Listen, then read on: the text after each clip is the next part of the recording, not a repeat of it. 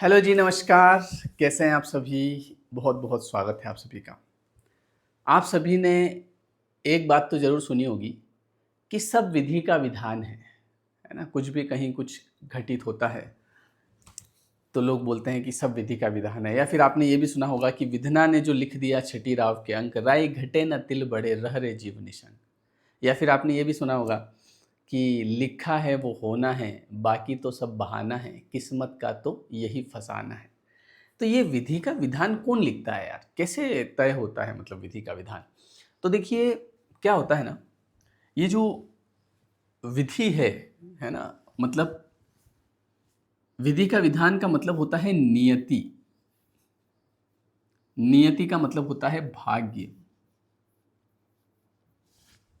ठीक है? अब कई लोगों के दिमाग में एक चीज़ रहती है कि यार तेरी है ना, किस्मत बढ़िया है यार, तेरी किस्मत अच्छी है। तो मान लो कोई आदमी है, उस आदमी की किस्मत बढ़िया है, उसका भाग्य बढ़िया है, उसका नसीब बढ़िया है। तो क्यों है उसका बढ़िया? जैसे मैंने किसी को कहा कि यार तेरी तो किस्मत अच्छी है, तो उसकी किस्मत अच्छी है और मान लो मुझे लगता है कि मेरी खराब है ना, या है, तो क्यों है? इसके पीछे का कारण कोई ढूंढता नहीं है, ना इसके बारे में कोई बात करता है। बस हम डायरेक्ट बोल देते हैं कि यार इसकी तो किस्मत बढ़िया है इसलिए सब हो गया। तो अगर आपको ये पता चल गया, देखो थोड़ा सा बेसिक से समझने की बात है। अगर मुझे ये पता चल गया कि इसकी किस्मत बढ़िया है, इसका मतलब किस्मत जैसा कुछ होता है। हम कई लोगों को नहीं बोलते, हम देखते हैं भी हैं किसी की लाइफ में कि यार ज़्यादा इतना भी पढ़ा लिखा नहीं है, इतना कुछ आता भी नहीं है, मेरे आगे तो कुछ नहीं है, 5% भी नहीं है, मेरे को तो इतना आता है, मैंने तो इतनी पढ़ाई कर रखी, लेकिन फिर भी यार इसके सब सेट है मामला, यार क्या चक्कर है? बोले यार इसकी किस्मत बढ़िया है। तो किस्मत बढ़िया है तो ये किस्मत बढ़िया होती कैसे? ये रिसर्च कौन करेगा? ये पता कौन लगाएगा? ये हमको ही तो लगाना पड़ेगा।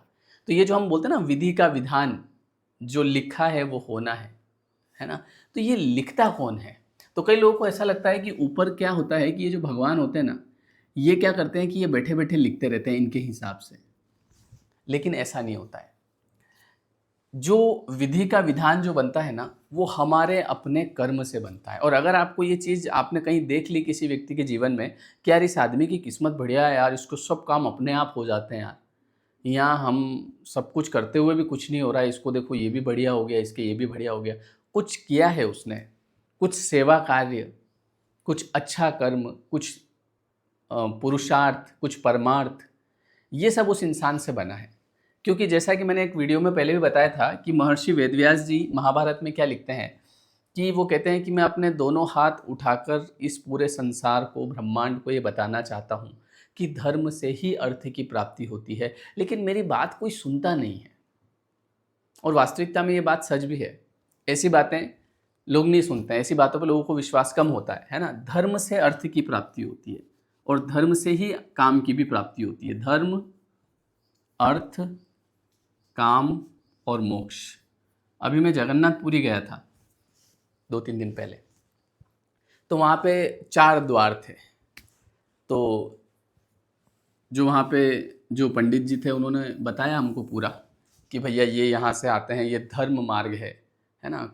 ये अर्थ मार्ग है, इधर से जा, जिस तरफ से आप गए हैं ये अर्थ मार्ग है, ये मोक्ष का मार्ग है। तो वहाँ पे आपने देखा होगा 4 अलग-अलग रास्ते हैं, पूर्व, पश्चिम, पश्चिम, उत्तर, दक्षिण, है ना? चारों पे अलग-अलग वो बने हुए हैं, किसी पे सिंह है, शेर है, घोड़े हैं, है ना? ऐसे। तो धर्म, अर्थ, काम और मोक्ष, तो धर्म से अर्थ की और काम की प्राप्ति होती है। समझ गए? तो धर्म के लिए हमको पुरुषार्थ करना पड़ता है, जिसको हम बोलते हैं मेहनत।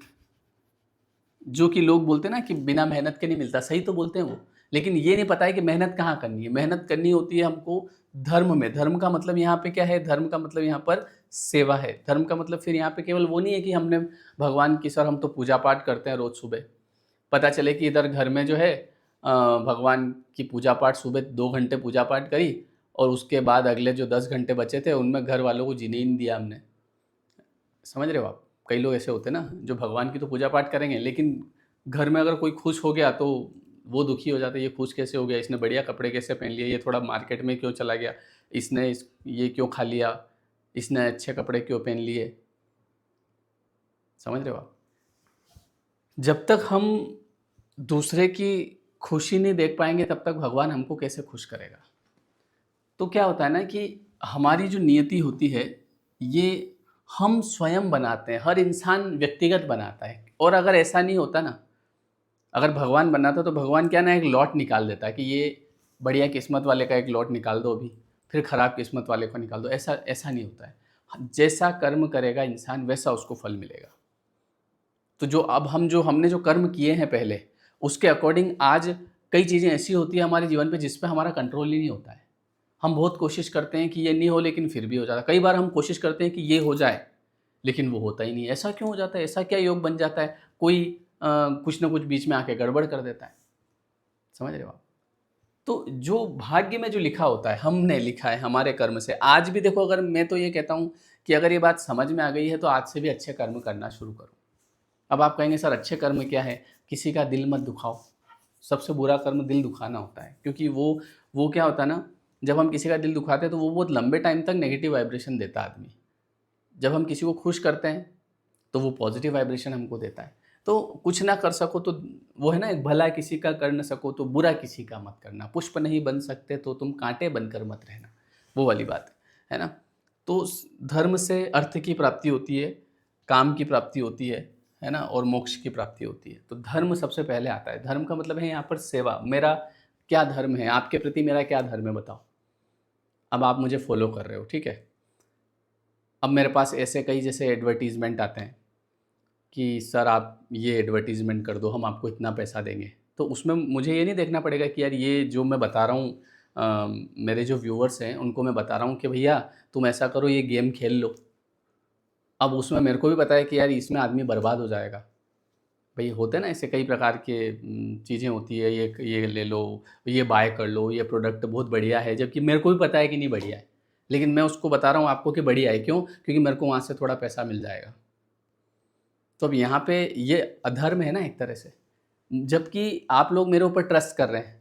अब मैं आपको बता रहा हूँ कि आप ऐसा करो कि ये वाला प्रोडक्ट ले लो, ये बहुत बढ़िया है और आपका इससे जो है स्किन जो है ना वो बिल्कुल गोरी चिट्टी हो जाएगी। अब मेरे को भी पता है कि कुछ नहीं होता ज़्यादा इससे, लेकिन फिर भी मैं बता रहा हूँ। समझ रहे हो आप? तो वही चीज़ होती है ना कि मेरा आपके प्रति क्या धर्म है कि आप मेरे ऊपर अगर बिलीव करते हैं, विश्वास करते हैं, तो मुझे आपको सही रास्ता दिखाना है, ना कि गलत। ऐसा नहीं है कि कुछ कुछ पैसे के चक्कर में मैं अपनी नीयत ख़राब कर लूँ।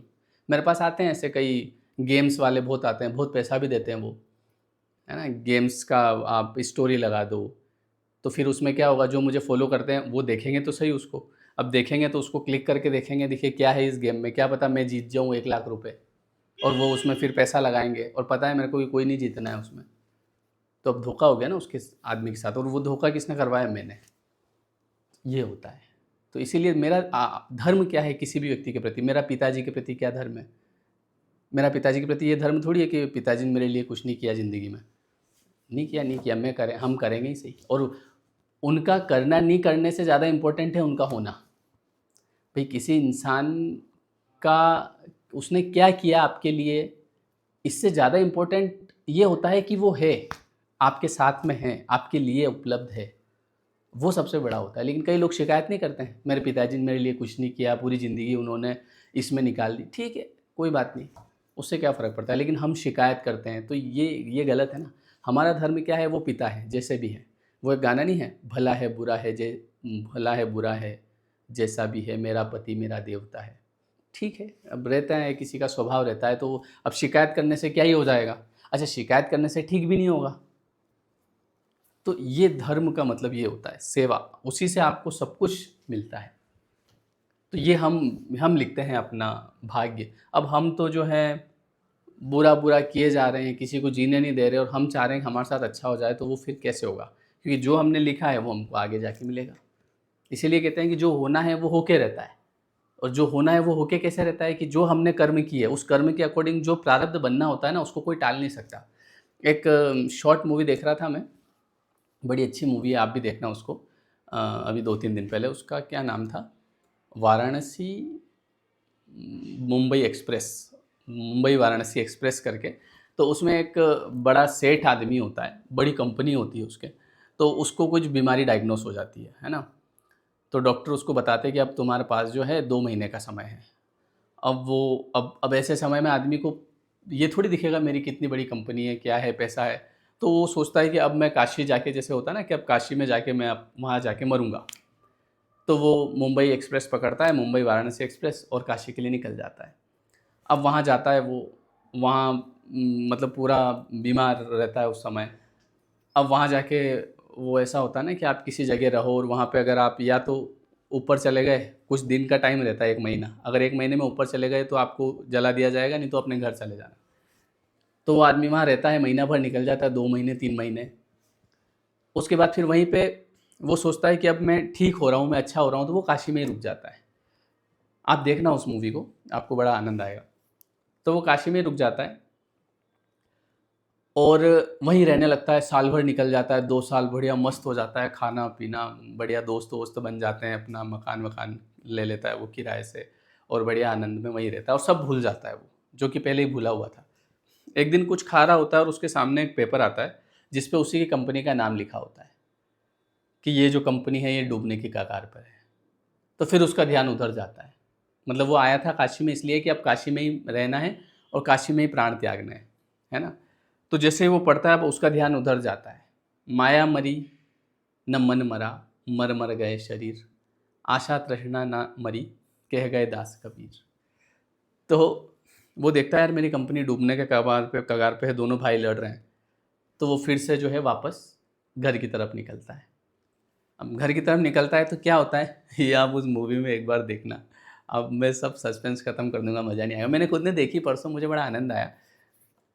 पहले भी देखी थी मैंने इसको, 5-6 साल पहले भी इस मूवी को देखा था मैंने, और कल परसों फिर हाथ लग गई तो मेरे को याद आ गया, है ना। तो जिसके नसीब में जो लिखा है, भले हम कुछ भी प्रोग्रामिंग कर लें कि मैं ये करूँगा, मैं वो करूँगा, लेकिन हमारे कर्म के अनुसार जैसा जो लिखा होता है ना, वैसा ही हमारे जीवन में होता है। तो इसीलिए हम खुद जो है ये विधि का विधान जो होता है ये हम अपने कर्मों से लिखते हैं। हम अपने जैसे कर्म करते हैं वैसे विधि जो है वो लिखती जाती है, इसने ऐसा कर्म किया ऐसा फल बनेगा, ऐसा कर्म किया ऐसा फल बनेगा। तो ये होता है। इसीलिए अच्छे कर्म करो, है ना, बुरे कर्म नहीं करना। देखो मेरा तो ये कहना है कि अगर समझ में आ गया हो तो मत करो। मेरे तो समझ में आ गया, मैं अलर्ट रहता हूँ, मैं ध्यान रखता हूँ कि यार अपनों से कोई बुरा कर्म नहीं बने, क्योंकि वो भोगना फिर अपने को ही है। भले आप किसी को गाली दे लो, पर फिर अपने को देने के लिए को तैयार हो जाएगा, फिर अपने को अच्छा नहीं लगेगा, ऐसी बात है। ठीक है जी, चलिए बहुत बहुत धन्यवाद है। और अभी जो 21 डेज़ का कोर्स जो है वो अभी जो 3 अगस्त से शुरू हो रहा था, है ना, तो इसको मैंने थोड़ा पोस्टपोन कर दिया है, और ये जो कोर्स है ये 21 अगस्त से शुरू होगा। ठीक है जी, 21 अगस्त से। तो आप अभी इसको ज्वाइन कर सकते हैं। इसमें लाइव क्लास आपको मिलेगी, बाद में आप रिकॉर्डेड भी देख सकते हैं। तो अभी इसका टाइम है, ठीक है, तो डिस्क्रिप्शन में आपको लिंक इसकी मिल जाएगी, जो कि रात को 9 से 10 लाइव चलता है। ठीक है जी, चलिए ये वीडियो कैसा लगा कमेंट करके ज़रूर बताइएगा। Thank you everyone.